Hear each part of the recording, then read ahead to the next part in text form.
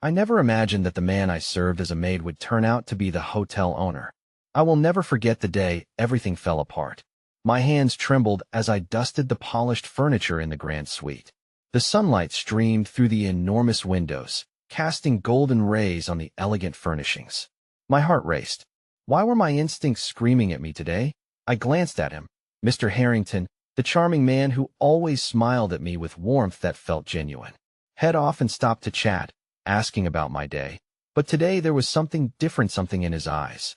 They were cold, like dark clouds before a storm. There was a weight in the air, heavy and suffocating. Little did I know this would be the moment everything changed. That I had been in this hotel for over a year, scrubbing floors and polishing glass. The staff treated me like one of their own, but some whispering lingered in the hallways. Rumors about the hotel's financial struggles swirled. Guests would arrive with sparkly smiles, but leave with frowns. The fire alarms had been acting up. We all felt tension building in the very walls. I served dinner in the lavish dining room that evening. I caught snippets of conversations. Guests laughed nervously, discussing the mysterious owner, a shadowy figure never seen. My heart sank. I wanted to know more. I had come to love this place, its extravagant decor, the scent of fresh flowers, the sounds of laughter echoing through the halls. Mr. Harrington approached me as I cleared away the empty plates. He leaned close, and my pulse quickened. "You should be careful, Clara. Not everything is as it seems," he whispered, his voice low and gravelly. A shiver ran down my spine.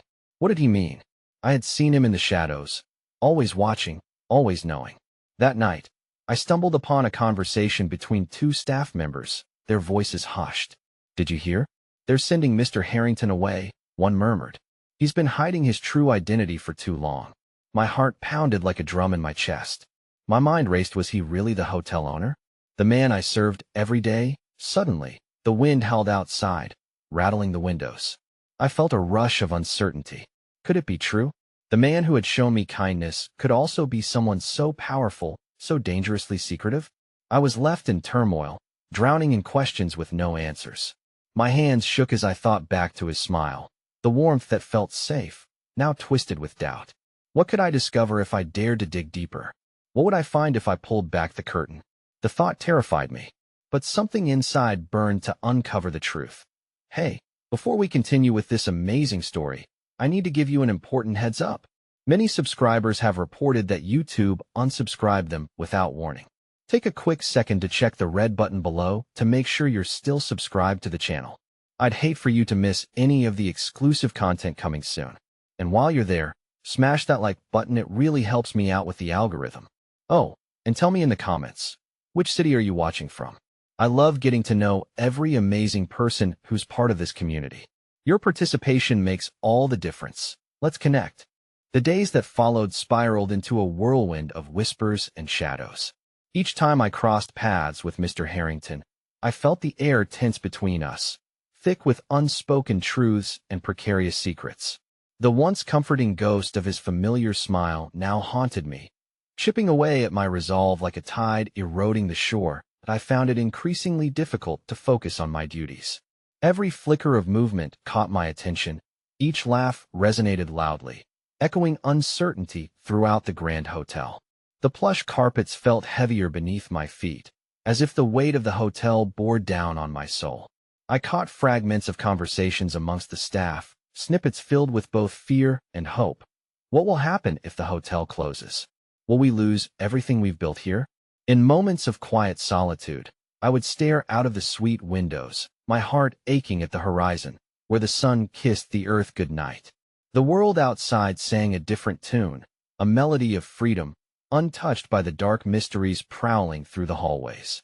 I yearned for that freedom, yet the truth felt just out of reach, an elusive whisper I couldn't grasp. One evening, under the luminous glow of chandeliers, I noticed a peculiar woman seated alone at a corner table. Her dark hair fell loosely, framing a face that wore worry like a mantle. She fidgeted with her wine glass, her eyes darting around the room as if searching for someone or something. I felt an inexplicable pull towards her, an urge to discover what weighed so heavily on her heart. I approached her timidly. "Excuse me, ma'am, is everything all right?" I asked, my voice barely breaking through the ambient hum of laughter and clinking glassware. She looked up, startled, then shook her head slowly. It's just complicated. Her eyes brimmed with unshed tears. This hotel, there's more to it. More than anyone knows. A flicker of hope ignited within me. What do you mean? I pressed, my curiosity piqued. There are secrets buried in its foundation. Secrets that could save it or destroy it. She hesitated, then leaned forward. Mr. Harrington is not who you think he is. This hotel, it holds fragments of his past, and if they come to light, everything could unravel. The words landed like stones in my chest. My pulse raced at the implication. The mysterious past of my kind-hearted employer threatened not just his future, but also the safety of the place I adored. What do you know about him? The woman pursed her lips, contemplating her next words. I can't say much, there are eyes everywhere. But, Clara, I believe he is trying to protect something precious. Perhaps even you. A chill ran down my spine. Protect? From whom? And why? Before I could delve deeper, the tremor of heavy footsteps pierced our conversation, and I glanced up just in time to see Mr. Harrington striding toward us, his expression unreadable. My heart sank. Is everything all right here? He asked, casting a wary glance at the woman, a glint of something dark swirling in his eyes. Just having a friendly chat, I replied, attempting to buoy the rising tension. But the woman looked from him to me, fear dawning in her expression. We should go? It's not safe to speak here, she murmured, rising swiftly. Her eyes locked onto mine, a silent plea etched in her gaze. You need to find the truth, Clara. Find the documents, the letters. They will give you the answers. Before I could respond, she slipped away into the crowd, leaving me bewildered and more curious than ever. Mr. Harrington's gaze shifted to me, shadowed by something I couldn't name. You should be careful whom you speak to, he warned, the warmth in his voice replaced by an edge that I resisted the urge to ask what he was so desperate to hide, afraid his answer would shatter everything I thought I understood. Instead, I gave a dismissive nod, my heart racing as the tension thickened. As I walked away, I felt a surge of courage ignite within me. I knew I couldn't let the truth slip away. But with every step, doubt gnawed at me like a relentless shadow. What if unearthing these secrets cost me everything I cherished? About the hotel, and the man who had shown me kindness? The echoes of the woman's warning rang in my ears, fueling my desperation to uncover what lay beneath the surface. Yet the path ahead was fraught with peril. I had unknowingly woven myself into a web of danger and deceit, threatening to ensnare me. And just as I turned down a dimly lit corridor, my heart sank as I stumbled upon Mr. Harrington, his expression tinged with turmoil. On his phone, his voice low and urgent. Make sure no one finds out. I can't lose everything, he hissed, before glancing up and spotting me. Suddenly, the walls felt as if they were closing in, the weight of his secrets pressing down on me, harder than before. I stood frozen, caught between loyalty and the unrelenting quest for truth. What had I stumbled upon? The following days unfurled like a storm-clouded sky, casting shadows over my every movement. I resumed my duties as if wearing a mask, forcing smiles when the guests laughed, and sweeping the floors with a calmness that belied the turmoil within. Each time I crossed paths with Mr. Harrington, I felt the gulf between us widen, filled with silence and suspicion. I often found myself replaying that pivotal moment in the corridor, the urgency in his voice echoing like a relentless drum in my mind. Whispered conversations floated around me like ghostly specters, and the gossip of the hotel staff mirrored my own anxiety. I caught fragments of their talk. A shift is coming, and these hotels don't survive without a backbone. Each word penetrated my heart, rooting deeper with every shift change, wrapping around my spirit like a vine strangling a once vibrant flower. In moments of respite, I returned to the corner table where I'd first met the woman. Hoping for another chance encounter, I would sit there, gazing at the empty seat as if willing her to appear again. But she was gone, leaving me with nothing but memories of her fragile words. I yearned to touch the truth that lay hidden beneath the polished veneer of the hotel, yet the threats felt more real than ever, dangling like a blade above my head. On one particularly heavy evening, as I washed the silverware in the kitchen, I caught sight of Mr. Harrington through the small window at the back of the dining area. He was speaking with a man I had never seen before, his body tense, his gestures animated. I leaned closer, the water splattering negligently over the counter, but I couldn't tear my eyes away. Make it quick. We don't have time to waste. I want to end this before it spirals further, he clipped, his voice low but urgent. I felt an unease unfurl in my gut, a warning bell ringing louder than any I had heard before, mingled with worry for Hema man I had once believed was solely my ally. Just then, a warm hand landed on my shoulder, making me jump. It was Elizabeth, a fellow maid with a penchant for kindness. She had always had a knack for sensing when my heart was heavy. "Clara, you look pale. What's eating at you?" I hesitated, grappling with the heaviness of my discovery. "It's nothing, Elizabeth. Just tired." Her gaze pierced through my lie, and she shook her head softly, stepping closer. "You know you can trust me, right? We're in this together. What if I told you the man we work for has secrets, big ones?" I blurted, my voice barely above a whisper. To my surprise, she frowned, concern etching deeper lines in her face. "What kind of secrets?" "Clara, you know how dangerous this can be. This hotel, there have been rumors, you know." "Rumors of what?" I pressed, my heart racing.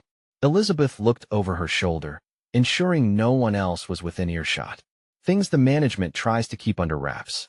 People disappearing, changes in ownership that no one knows about, even haunted tales about past owners." Her words were like stepping into icy water, sending shockwaves through my veins. "But what does that have to do with Mr. Harrington?" She hesitated, collecting her thoughts as I studied her face, searching for understanding in the mist of confusion. "He might appear kind, but some say he carries the weight of sins, Clara. There's a reason he's so desperate to protect this place. Perhaps ghosts of his own." The sharpness of her revelation cut deeply, blending with the brewing storm of my own thoughts. I was tangled in this web, and now I had to decide: stay loyal to the man whose kindness had always brought me comfort, or forge ahead into the darkness, exposing the secrets that could ultimately tear us apart. That night, bed rested uneasily upon my shoulders, the weight of discovery heavy, as if 1,000 stares looked upon me, accusing me of my thoughts for even questioning the man I admired.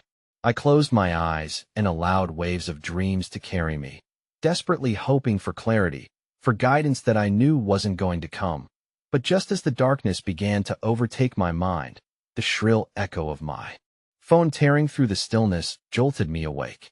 Heart pounding, I scrambled to answer it, fear and anticipation intertwining as uncertainty tumbled through me like tumbling leaves. "Clara," a familiar voice stammered, laced with urgency. "You need to come to the basement. Now, there's something you must see." It was Elizabeth, and although her voice held a tremor of fear, it bore a note of hope. Questions whirled, my heart now a wild beat in my chest.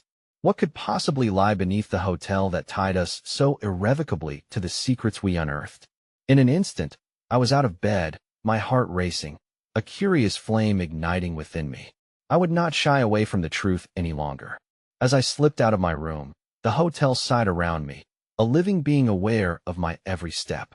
But wrapped in anticipation was fear, to a premonition that what I was about to uncover could shatter everything I believed.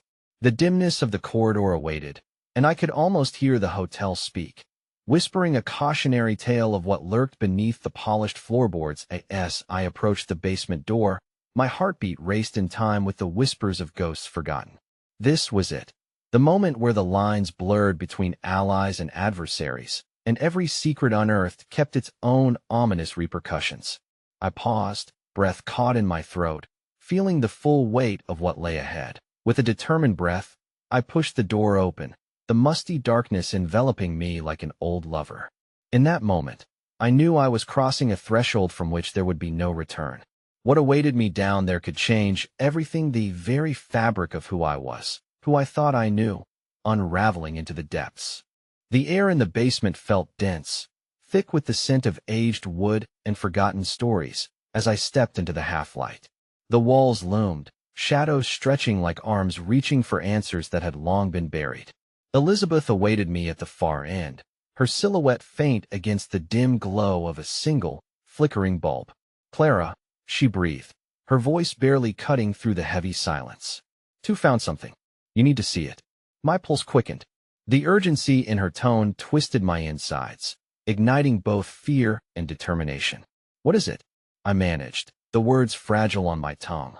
First, just she hesitated, then gestured for me to follow her deeper into the shadows. Each step was a reminder of the uncertainty now layered between us, a fragile thread binding our fates amidst the secrets we were poised to uncover. As we turned a corner, the basement unfolded before us, a room filled with dusty crates, piled high and pushed against the walls like forgotten memories. Elizabeth approached one, her fingers trembling against the weathered wood. I overheard something. They've been hiding these, she whispered, her breath quickened, for years.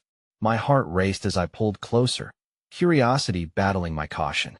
The crate, festooned with tarnished locks, spoke volumes of neglect, whispering promises of long-lost secrets. Elizabeth knelt beside it, her fingers seeking and finding a latch.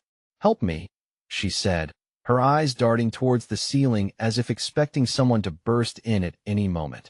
With trepidation, I knelt beside her and together, we wrestled the latch open. The groaning sound of the wood seemed to echo through the very bones of the hotel, haunting us both. When Elizabeth finally pried the lid open, dust danced in the stale air like spirits long gone, and we peered into the darkened crate. Inside lay a collection of letters, yellowed with age, their ink faded but still legible. I reached in, fingers shaking as I pulled them into the light. Elizabeth's face was illuminated with the ghastly tremors of anticipation, and I could sense the weight of her heartbeat. "Something about these feels wrong," she breathed, her eyes darting between the letters and my face. "If the management wants to hide them, they must hold importance." Unfolding the first letter, I scanned its faded lines. The words spoke of transactions, but not of commerce, rather, of people's lives, their pain and losses. "It's about families some were forced out or simply vanished," I read aloud, astonishment suffocating me. The connections gleamed dimly, interwoven with sorrow and secrecy.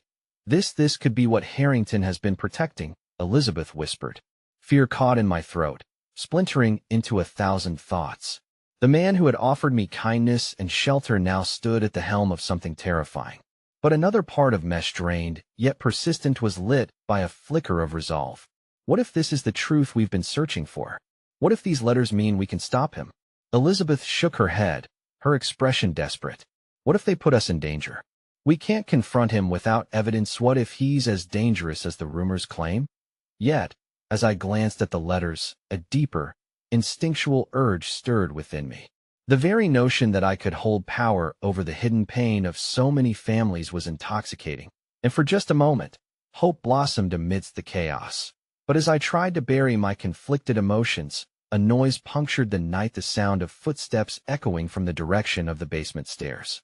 We both froze, heartbeats racing, uncertainty clawing at the edges of my resolve. The footsteps drew nearer, heavier with purpose, and the dim light spilled shadows that morphed against the walls. "Elizabeth," I murmured, fear seeping into my voice, "we need to hide these." Before we could react, the door swung open, flooding the room with a harsh glare that stole any confidence we had. There he stood, Mr. Harrington, silhouetted like a judge in a courtroom. The tension shifted instantaneously, turning our tiny respite into a cauldron of dread. "What are you doing down here?" he asked, his voice resonating with surprise, yet tinged with a darkness I had never heard before. In that moment, every breath felt like a weight, every heartbeat a deafening drum echoing my fear. There was no going back. Caught between the fragile fabric of friendship and the unyielding truth, we stood on the precipice of a storm, each of us unwilling to take a step back. Our eyes locked. The very air quivered with unspoken words, and I felt the truth of the letters clutched in my hands, a raw power that could either shatter us or forge a new path. What would he do? What choice would he force us to make? With him here, in this moment, everything hung in the balance, shadows rising up to envelop us, tangled in a dance that promised both revelation and destruction. The silence stretched, a taut line between us, vibrating with the unacknowledged fear pooling at our feet. Mr. Harrington's stare sliced through the haze of uncertainty, leaving me naked in my anxiety.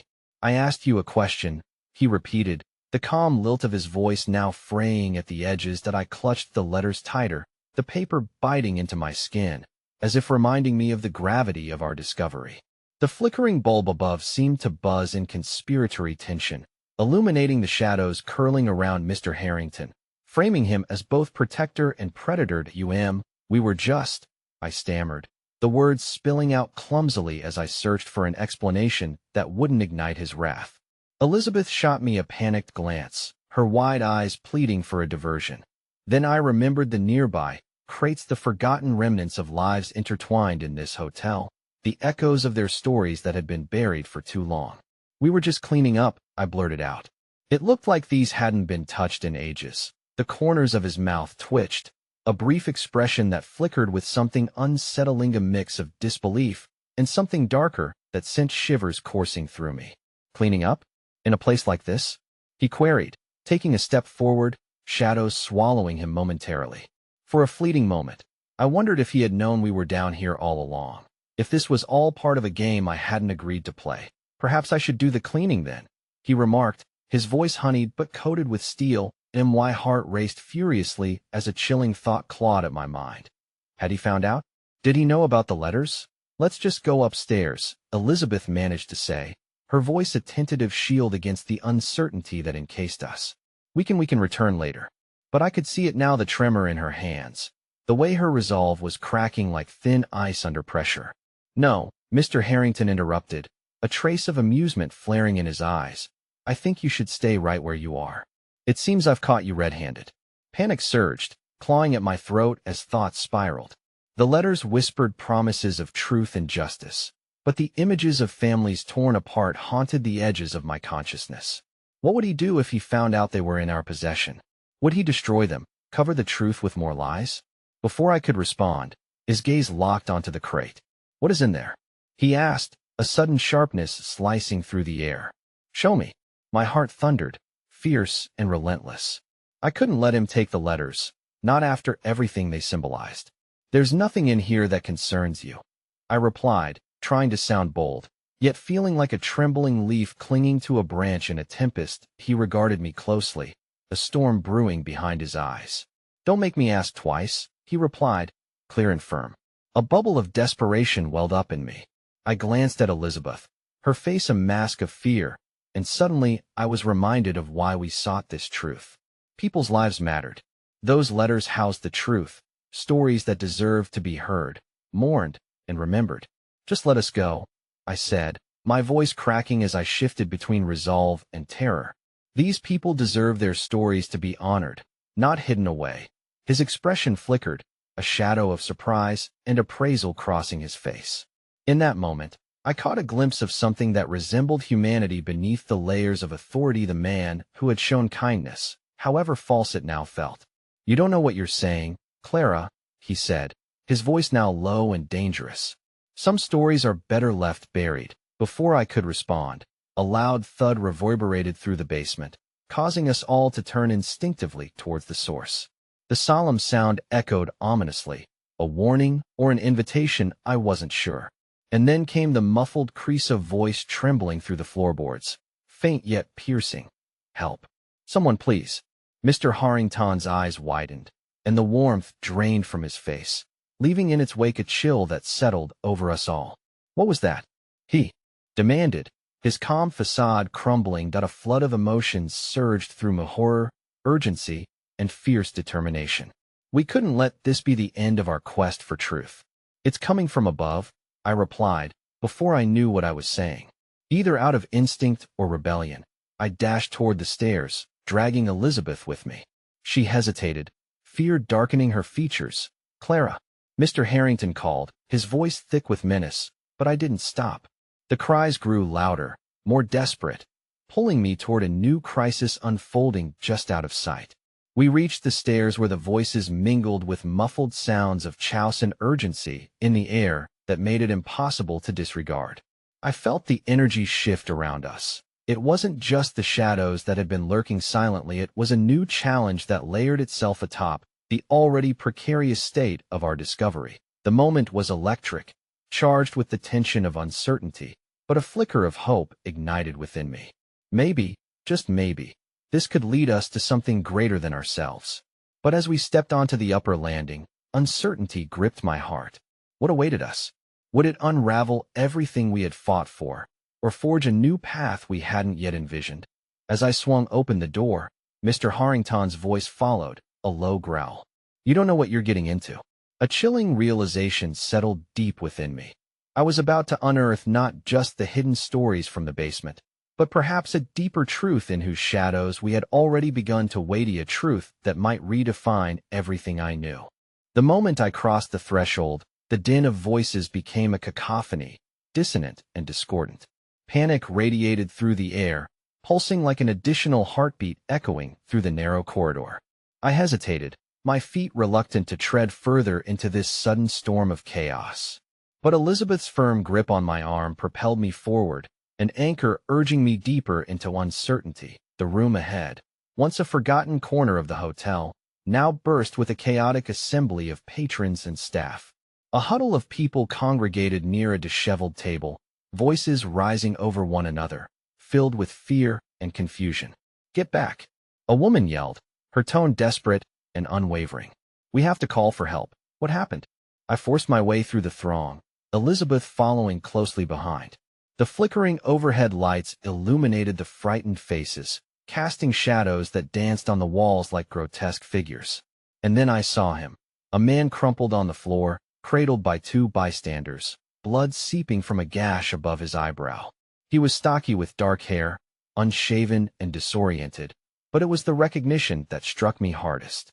Jacob, a younger member of the staff, someone who had served drinks during events and always had a smile. Someone call an ambulance. Elizabeth shouted to no one in particular, her urgency cutting through the din. But as the command left her lips, a chill settled back over us.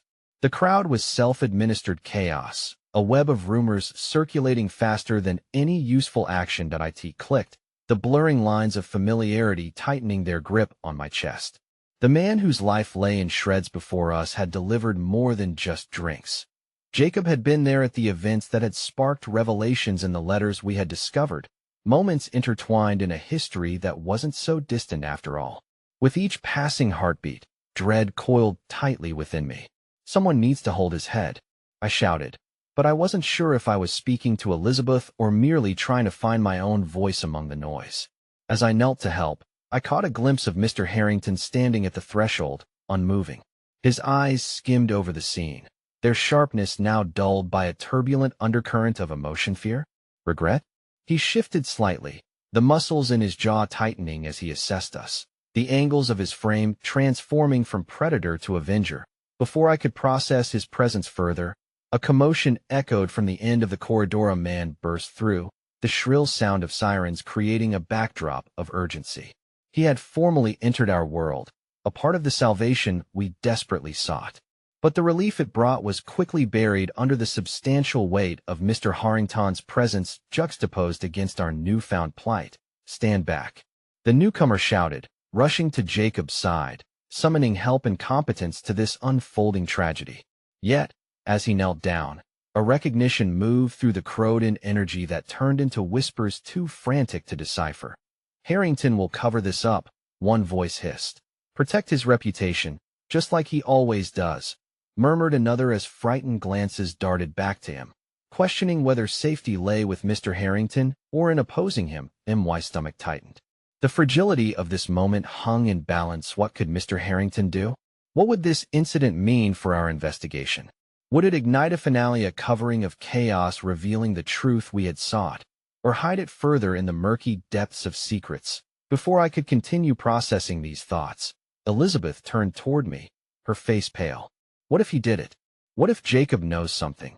That notion slithered around us like smoke, making everything feel suffocating. The possibility that Harrington had orchestrated this, efficient in ensuring silence among those who dared to utter too much, paralyzed me. I felt as though the walls were closing in. As the ominous sounds of sirens crescendoed, I caught Mr. Harrington's gaze once more. It was colder now, an ice filling the warmth I had almost glimpsed earlier. He stepped back, a subtle retreat as if re-evaluating his position in this tangled narrative. Let me take care of this, he said, his voice surprisingly soft but laced with an order none could mistake. As murmurs filled the air, his command surged like a wave. commanding attention from both our panicked group and the paramedics storming in. "Don't let him," Elizabeth whispered urgently. "We can't let him silence Jacob." The horror of what this could mean made my heart race. The revelations we had clung to would remain buried unless we acted. I had to do something. "Clara." Elizabeth's voice was frantic, almost drowning in the swelling chaos. "We must talk to him before and then time fractured." The loud crash of the door reverberated through the space, the unmistakable sound of someone barging in with intent and authority. An inspector with a badge pinned to his coat stepped into the fray, a whirlwind of determination flying through the murky atmosphere. "Step aside," he barked, eyes locking onto Mr. Harrington, who had momentarily lost the edge of control around him. I in that heartbeat. Hope sparked anew. Would this man come bearing truths, or would he reinforce the shadows lurking in Harrington's world? Every part of me ached with the realization that the threads of this moment could weave our fate irrevocably, or perhaps spark a wildfire of revelations that might ignite a change too long overdue. But as the voices melded into an indistinguishable roar, and the figures began to blur, one thing remained certain. The choices we made now could unravel the carefully constructed tapestry of secrets, or tighten its grip even further. I turned to Elizabeth, a resolute fire igniting in my core. "We need to get Jacob's attention," I urged her, my voice steady against the storm, knowing that our window might be closing. But her eyes were drawn back to Harrington, uncertainty flickering within them. "Why?" she demanded, grasping for clarity. "Because whatever he knows about the letters, he could change everything." Her hesitation defined the air between us. Yet something deep within me stirred, two mismatched threads beginning to intertwine, each fueling the other towards an uncertain destiny. That we took a collective breath, steeling ourselves against whatever would come next, because it was obvious. This chain of events was about to shatter the carefully constructed facade of our lives, and in the balance hung truths waiting to be unraveled. The air in the room thickened with tension as we stood anchored in uncertainty, gravity pulling us deeper into the storm swirling within the hotel. Elizabeth's eyes darted back to Harrington, but it was the flickering uncertainties clouding them that challenged my resolve. The inspector's presence offered a glimmer of possibility, yet a latent fear nestled under my skin, warning me of betrayal lying in wait. "Clara," Elizabeth said, voice hushed but urgent, "we could be creating more chaos if we confront Harrington." "What if he gets wind of it first?" "I understand," I replied, "but if Jacob has valuable information, keeping quiet is not an option." The sound of sirens shrieked outside, a harsh reminder of the fragility surrounding us. Each second was treacherous, each breath weighted with unspoken fears and potential revelations. As the paramedics worked feverishly to stabilize Jacob, I stepped forward, driven by an invisible tether that pulled me toward the edge of the crowd. I couldn't shake the unsettling memories of the letters that had furrowed their way into my pasta history I was now stalked by, and which suddenly felt closer than ever. We maneuvered through the fluttering bodies, desperation clawing at my insides. "We're just trying to help," I called out to a paramedic as he snapped instructions to his partner. "We need to talk to him before they take him away." A shadow fell over me, and I turned to find Mr. Harrington looming close, his expression unreadable. "I believe this is a private matter," he said softly, each word weighted as if trying to ensnare me in his web. "We're not going to let you hide him. You don't get to isolate him." I shot back, the fire in my voice surprising even myself. His eyes narrowed slightly, and for a moment, I thought I saw a flicker of uncertainty invade his controlled demeanor. "You need to think carefully about how you address this situation. Probing too deep can have dire consequences." "Then it's a good thing we're not afraid of consequences," Elizabeth interjected, her voice strengthened by the indignation swelling inside her. I could see the courage rising within her, as if somehow our shared resolve made a magnetic pull that wrapped around us in a protective embrace. "Enough of this," snapped the inspector. His voice echoed through the room, commanding immediate attention, and as the gathered crowd turned toward him, he launched into questions aimed directly at Harrington. "I need your cooperation in this investigation. We are not going to waste time hiding the truth today." A faint twist of terror spread across Harrington's features, almost indiscernible. Yet, in that moment, clarity emerged. The wheels of our quest for truth were already grinding to life, a torrent gathering force right before me. As the paramedics loaded Jacob onto a stretcher, I caught his eye for an instant. It was a fleeting moment, but in those few seconds, the silent plea emanating from him cracked open my heart. He had knowledge buried beneath layers of fear, waiting for a spark to ignite his voice. I had to make him hear me. "Jacob," I yelled as they wheeled him away. His head turned weakly towards me, eyes glazed but desperately searching. "If you can hear me, hold on. We're coming for you. Don't let them silence you. Please." His lips moved, and though no sound escaped, the look in his eyes spoke volumes. There was a connection, an understanding forged in fleeting seconds. But it was the haunting uncertainty behind those eyes that made my stomach churn. Would he find a way to speak before darkness swallowed him whole? Time fractured again. A woman screamed as chaos erupted in the corridor, mouths gaping and eyes widening as the world moved at a frantic pace. "Everyone back?" The inspector barked, pulling us away from the unfolding scene, while Harrington attempted to regain control. Something awoke deeper within me, something primal that challenged the responses I had clung to for protection. I spotted a young girl near the entrance, her hand trembling as she clutched a crumpled piece of paper. It appeared out of place in this murky chaos, almost a beacon among the tumult. Involuntarily, my legs propelled me closer. "What do you have there?" I asked, my heart racing as the girl's demeanor shifted from shock to curiosity. She unfolded the paper, revealing a hastily scribbled message, and as I leaned in, the words began to unfurl: a name, an address, an urgency woven through them. "Meet me at midnight. Truths must be revealed. Where did you find this?" The questions escaped my lips before I could filter my thoughts. "I don't know," she stammered, eyes darting to Harrington and then back to me. As if she could sense the danger this information held, it fell from Mr. Harrington's office. He's hiding something." Panic and exhilaration collided within my chest. This was the confirmation I had sought, a chink in Harrington's armor that could unravel everything, a path forward we so desperately needed. But dread coiled around my heart just as fiercely. What awaited us if we acted upon this potential? "Come with me," I urged her, but the weight of the unfolding chaos suddenly compounded, and I sensed the urgency intensify. The sirens outside morphed into a haunting symphony as new layers of truth threatened to burst through the surface. But as I turned back to find Elizabeth, drawn by another sudden scream, the realization struck me like lightning. Mr. Harrington wasn't just a man of status, was the very embodiment of shadows, far fewer parsecs away from where I stood. The weight of destinies intertwined felt heavier than any secret I had encountered, yet I knew, without doubt, that the truth would demand everything I had left. "Clara," Elizabeth cried, and amidst the vibrant police lights reflecting off the walls, my heart dropped. Her look was soaked with dread, as if she could see what I had yet to face. "Quick, we have to move." But as we began to navigate the turmoil once again, the world split open around us, and I understood. Whatever lay ahead would be a labyrinth of uncertainty. Each decision made in the flurry of chaos could lead us down paths we could never return from. The choices that beckoned, potent and fraught with deception, left me standing on the precipice, toes curled over the brink, teetering between fear and undeniable resolve. And as I gripped the girl's papyrus map to our fate, the weight of the moment solidified, binding us to the night that would surely change everything. The night pressed heavily against us, a cocoon of pressure amplified by the chaos that swirled in the air. Each step I took with the trembling girl, who hadn't yet introduced herself, felt like going deeper into a rabbit hole of uncertainties.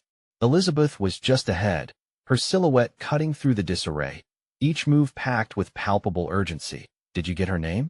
She turned briefly as we stumbled into a dimly lit corner, shadows cloaking the flickers of reality surrounding us. "No, I didn't," I began, but the girl pulled on my arm, pulling my attention back to her.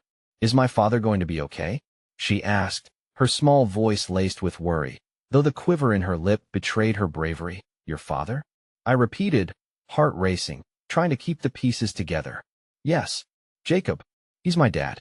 There was a tremor in her tone, the revelation striking me like a cold wave. Jacob, the man who had offered sparks of truth in a world shrouded in lies, was connected to a child who needed him more than I understood. "Your dad is strong." We're trying to help him, I promised, plastering a reassurance on my face that I hoped was infectious enough to calm her fears. I wanted to tell her that we would uncover the secret that enveloped her family, but an innate terror clawed at meth truth could dismantle not just Jacob's life, but this young girl's as well. Elizabeth beckoned us closer, her voice hushed.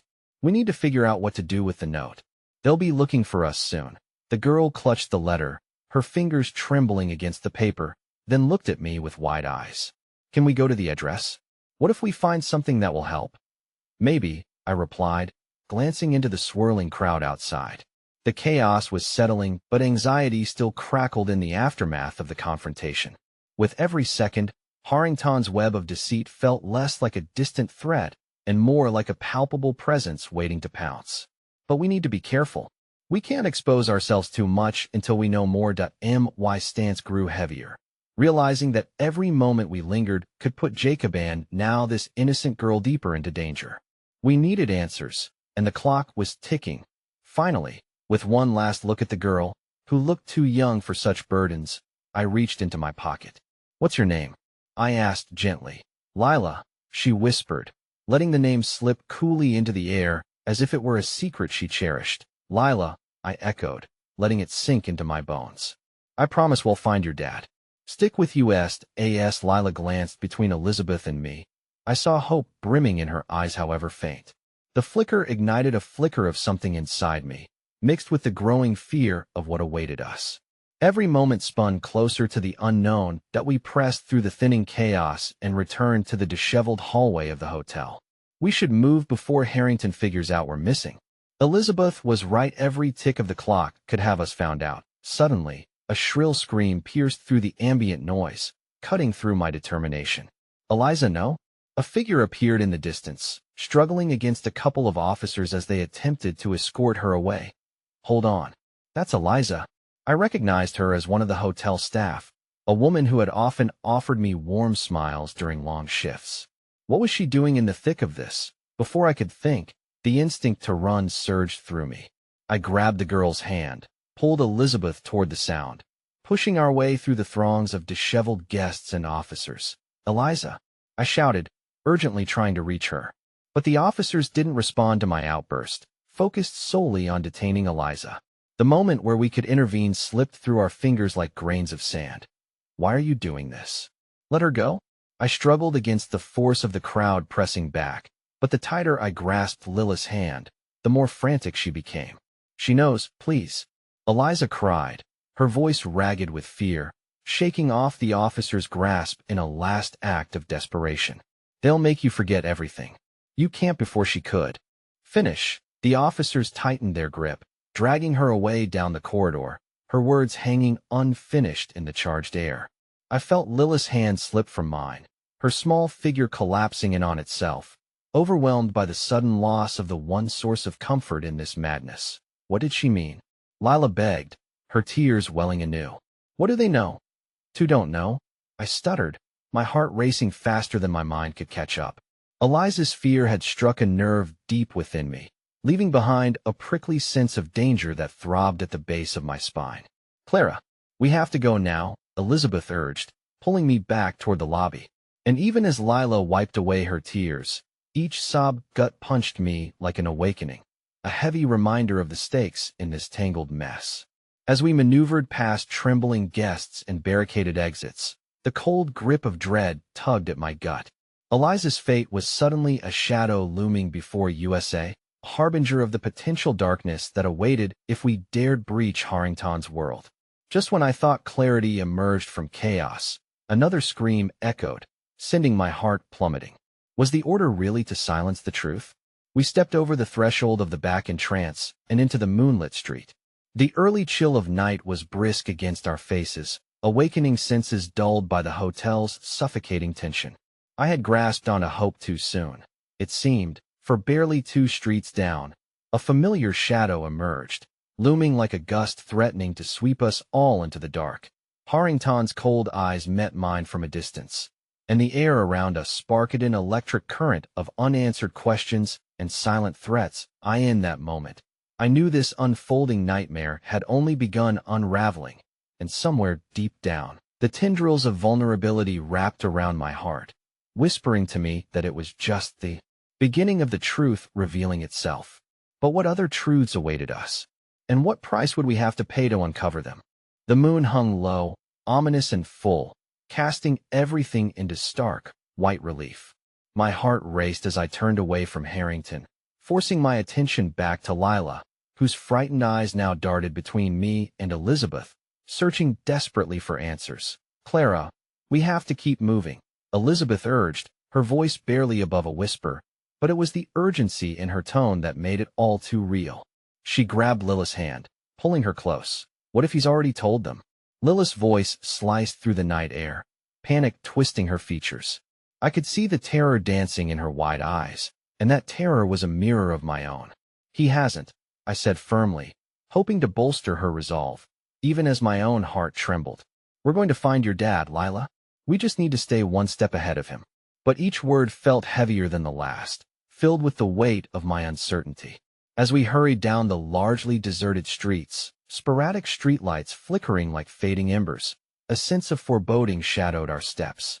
"Where are we going?" Lila asked, clutching Elizabeth's hand for dear life. "To an address we found in the note," I replied, fumbling through my memory. "It was a place Jacob mentioned. Something about a meeting? We need to see if it holds any answers." Both girls nodded, their silent unity bringing a flicker of warmth to the frigid air around us. Despite the shadows that loomed, in this moment, I couldn't shake the feeling of protective instinct surging within me for them both.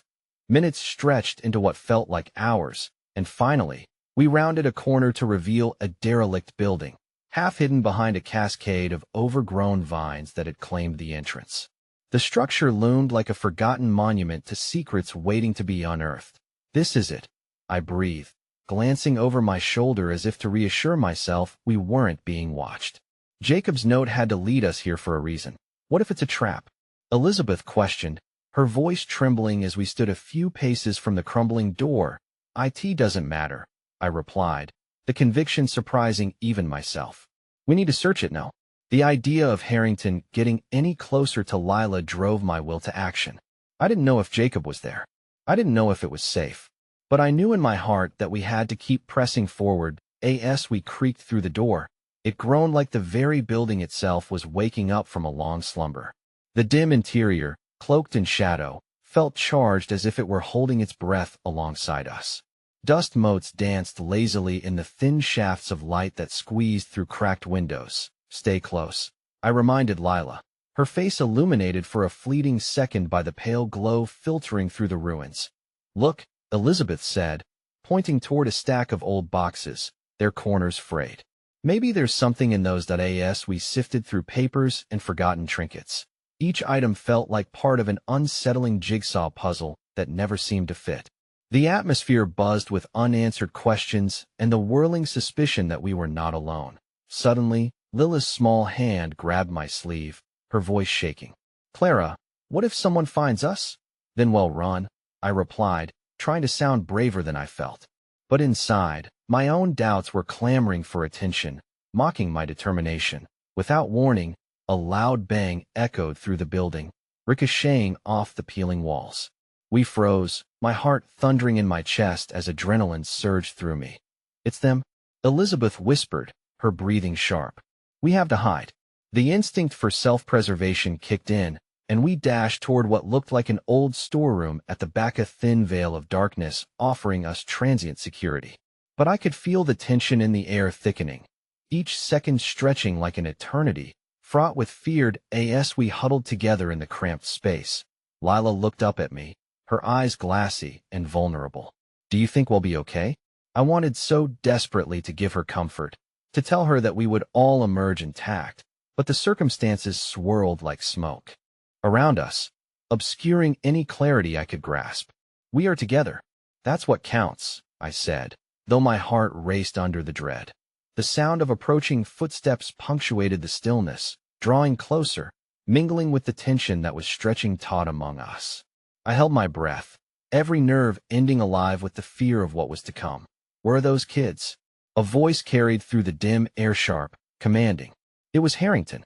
The realization hit me like a blow. He was searching for us.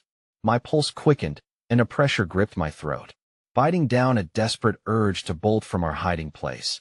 I looked once more into Lilith's terrified face. Here was a child caught up in a world far darker than she should ever have to endure, but then the footfalls stopped. I strained to hear that. "I can't let you take them," another voice answered. That voice was eerily familiar. "Jacob?" I whispered, my heart leaping. Surely he had somehow found us. But would he be friend or foe? Would he have answers? Or would his presence only complicate our already precarious situation? "Where are you?" Harrington's voice was now low and menacing, the sound of flint against steel. "You don't have to make this harder than it needs to be." I exchanged glances with Elizabeth, silence rippling through the room as we awaited whatever revelation awaited at those doorframes. Each breath felt like it could shatter the delicate balance. And then Lila broke the quiet, her small voice barely above a whisper. "Clara," but before she could finish, the door swung open, and I faced the chilling reality of both Jacob and Harrington, two men in stark opposition, both entwined in this web, each carrying parts of the truth that could either save us or obliterate everything we held dear. With the air thick with weighty revelations, I knew this was it. There would be no turning back once the choice was made.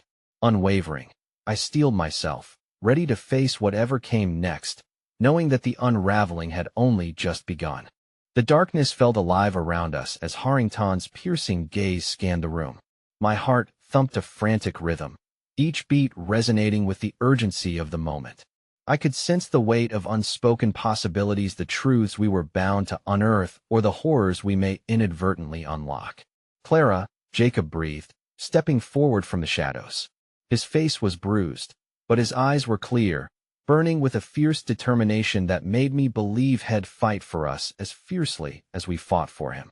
"Lila," he reached out toward his daughter, and the same fear that had gripped me to my core shattered into a million hopeful pieces as she launched herself into his arms, clinging to him with both desperation and love.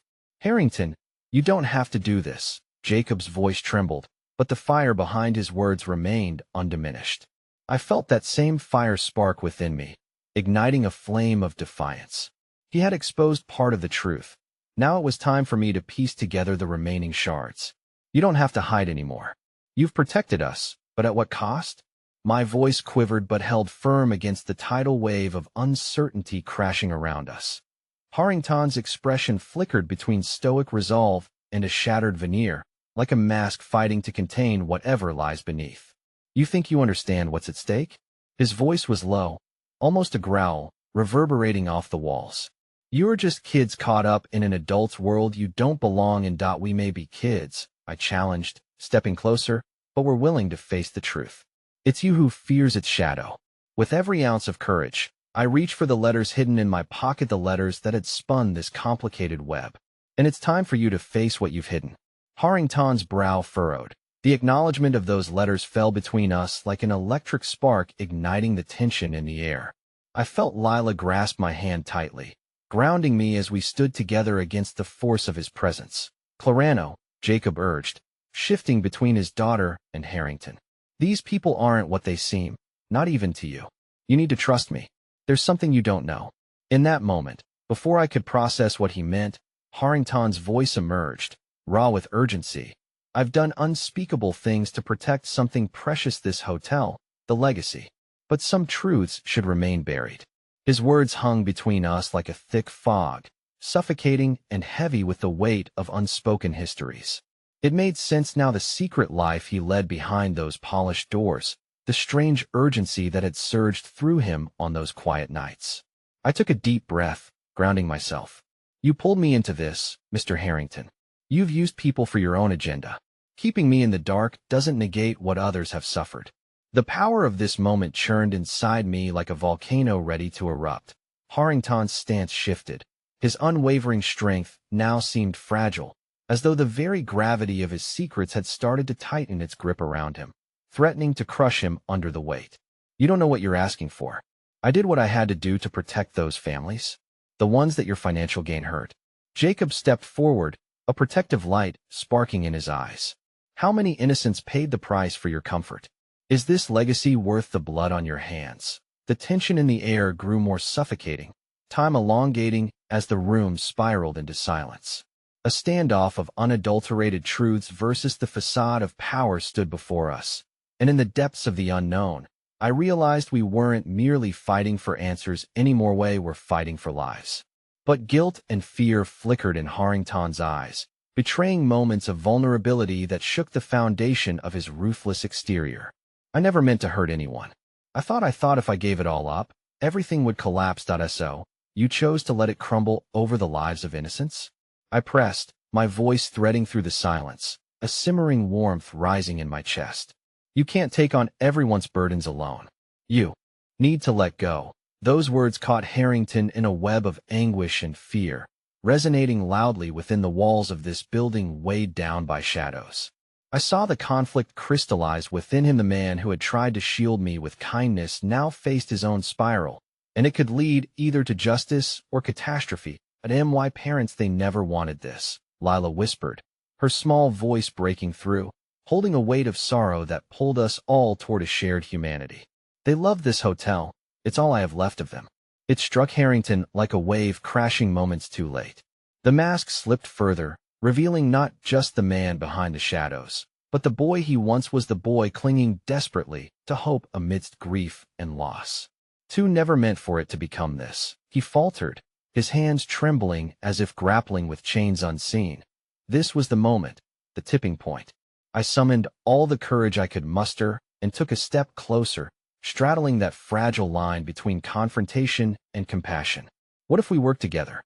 What if the truth could mend the very legacy you're afraid of losing, instead of tearing it apart? Jacob's quiet gaze interlocked with mine as Harrington's eyes flickered, caught in a tempest of emotion. You think exposing everything will shield me? It'll destroy everything I've fought for. No, I replied, feeling time throttle down to a heartbeat. It could rebuild what has been lost. Choose protection or the path of truth. One can lead to healing, the other to decay. My words echoed in the stillness, a lifeline cast into uncertain waters.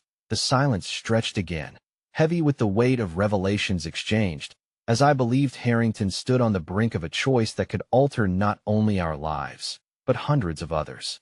In that moment, I knew the power didn't lie solely in words, but in the connections we forged through our vulnerabilities, in embracing not just the light but the shadows that came crawling in.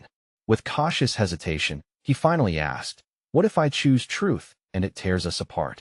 Then we let the pieces fall where they may, but we face it together," I whispered. Harmony danced between fear and resolution wrapped in the grim shadows of the hotel. Isn't that worth fighting for? And then, an unfathomable warmth broke through the cold, shrouded air, filling the room like the first rays of sunlight after a long storm. It wasn't just promises of truth, it was harmony born from chaos, the resolute acceptance that we could choose to uncover a legacy worth preserving. This was more than a fight for survival. It was a fight for love, understanding, and the realization that the painful past could transform into a luminescent future. In that charged moment, Harrington straightened, unmasking the vulnerability etched across his features. The battle within shifted. The heaviness broke beneath the storm clouds, scattering remnants of hope everywhere. The tears that fell were not just his, but ours. In the fragile moment of honesty, our narratives danced along the threads of despair and redemption, a web that bound us all towards a path of resilience. Fragile, yet unbreakable, life swirled around us, interlocked in chaos. Yet somehow we found solace together in our shared truths. In the silence, I finally felt the realization settle over. His was our pivotal moment, the catalyst for change forged in the fires of vulnerability. "We can do this," I said softly. "It's time to build something beautiful from the ashes of the past." The unbounded silence was punctuated by a faint whisper of agreement, a commitment to unravel, to rise, and to forge ahead together, not as solitary shadows, but as a united front against the pending storm, together. Harrington's voice trembled, but no longer bore the weight of a tyrant. It resonated with a newfound sense of direction, acceptance, and redemption. As I stood there alongside Jacob, Lila, and Elizabeth, the world around us shifted ever so subtly. The air buzzed with possibility, catching us all unawares. And as we took our first steps down the path toward the truth, I knew this was just the beginning. Life lived fully was never to be taken lightly, each piece woven together with compassion and intention, reshaping legacies into something that could shine in the light. And as that truth dawned upon us, I whispered to the fading shadows, full of hope and resilience, let the light guide our way. In that very moment, clarity emerged like the sun breaking through darkened skies, a promise that echoed softly across the canvas of our lives, uniting us in a connection that was bound to last forever. For the first time, I felt like an architect of my own destiny, wielding my choices with intention. And among the echoes of the past, I stood anchored, ready to embrace everything life had waiting beyond the horizon of the night shadows.